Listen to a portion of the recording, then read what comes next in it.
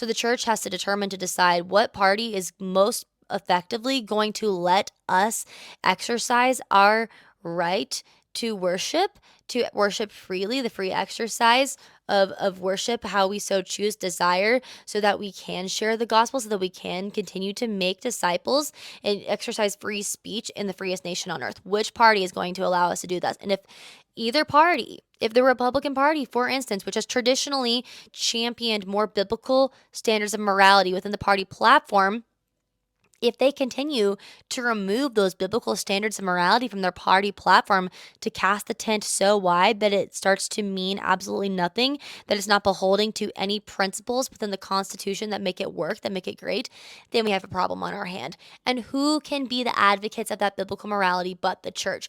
We are the body of the Christ. We are the hands and feet of Jesus. More than good policy, more than good governance, our nation needs the gospel, and we need to have a nation within which we can freely share the gospel. So we want a government that is governing more closely in alignment with our biblical values. So the biggest issue is going to be if the Trump campaign, if the Trump administration continues to cast the net so wide without ever coming back to a why, which you can't expect in a secularized government, in a secularized administration.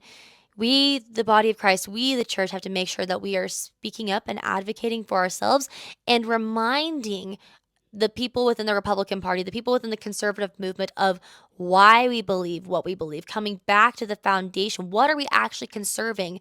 But the principles, the biblical morality enshrined and intertwined in our nation's foundation that made us great.